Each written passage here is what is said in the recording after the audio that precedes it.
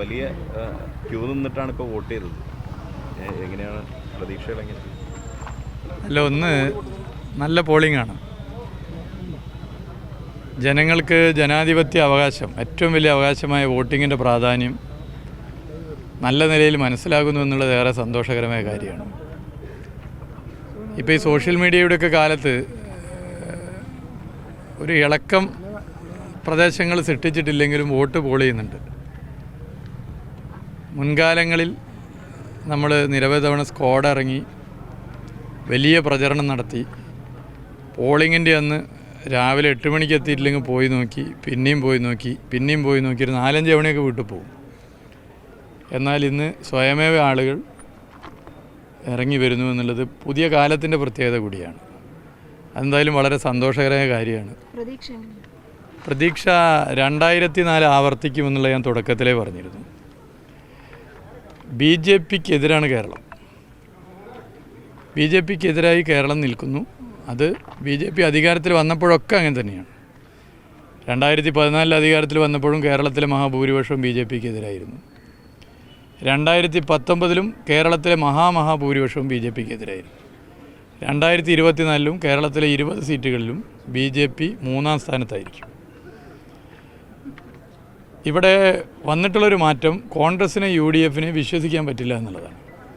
BJP വിരുദ്ധ പോരാട്ടത്തിൽ കോൺഗ്രസിനെയും UDFനെയും വിശ്വസിക്കാനാകില്ല, UDFനെ വിശ്വസിക്കാനാകില്ല. ഇതിൻ്റെ ഭാഗമായി കേരളത്തിൻ്റെ BJP വിരുദ്ധ മനസ്സ് ഇടതുപക്ഷത്തോടൊപ്പം നിൽക്കും എന്നുള്ളതാണ് ഈ തെരഞ്ഞെടുപ്പിൽ കാണാൻ വേണ്ടി സാധിക്കുന്ന പ്രത്യേകത. വിവാദ വിഷയങ്ങളുണ്ട്. EP ജയരാജനുമായി ബന്ധപ്പെട്ട വിവാദ കത്തുകയാണ്. വോട്ടർമാരെ സ്വാധീനിക്കും. ഈ BJP വിരുദ്ധ പ്രശ്നം നമുക്ക് തിരിച്ചറിയാവോ? ഒരിക്കലും ആവില്ല. അതൊക്കെ ഇടതുപക്ഷം എന്താണ് എന്നുള്ളത് ജനങ്ങൾക്കറിയാം. ഇടതുപക്ഷത്തിൻ്റെ ശ്വസിക്കുന്ന വായുവിൽ പോലും BJP വിരുദ്ധതയും മതവർഗീയ വിരുദ്ധ നിലപാടുമുണ്ട്, ശ്വസിക്കുന്ന വായുവിൽ പോലും. അപ്പോൾ ശ്വസിക്കുന്ന വായു നിലച്ചാൽ ഇല്ലാതാവും. BJP വിരുദ്ധത അവസാന ശ്വാസം വരെ ഉണ്ടാകുന്ന പ്രസ്ഥാനമാണ് ഇടതുപക്ഷ പ്രസ്ഥാനം. ഇടതുപക്ഷ പ്രസ്ഥാനത്തിൻ്റെ BJP വിരുദ്ധത ഇല്ലാതാക്കാൻ ഇടതുപക്ഷ പ്രസ്ഥാനത്തിൻ്റെ ജീവൻ എടുത്താൽ മാത്രമേ സാധിക്കൂ. അപ്പോൾ അതാണ് ഇടതുപക്ഷ പ്രസ്ഥാനം. അത് ജനങ്ങൾക്കറിയാം.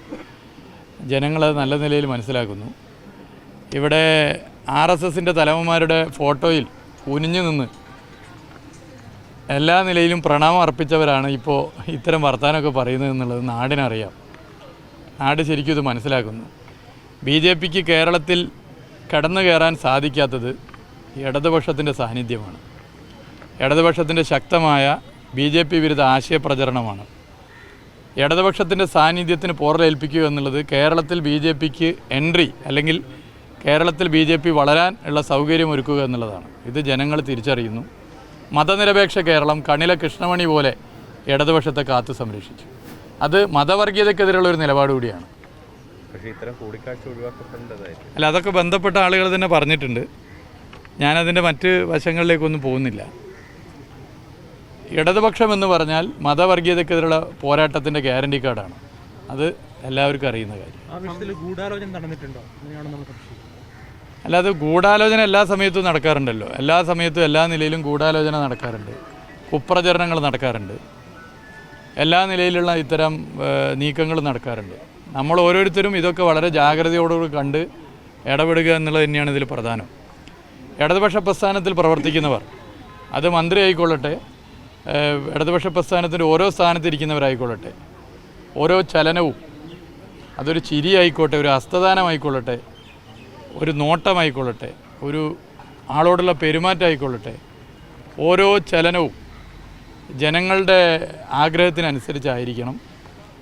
ഇടതുപക്ഷ പ്രസ്ഥാനത്തിൽ പ്രവർത്തിക്കുന്നവർ എങ്ങനെയാണ് അത്തരം കാര്യങ്ങൾ നിലപാട് സ്വീകരിക്കേണ്ടത് എന്നുള്ളത് എല്ലാ നിലയിലും ഓർത്തുകൊണ്ടാണ് ഞങ്ങളൊക്കെ ഇടപെടുന്നതും പ്രവർത്തിക്കുന്നതും.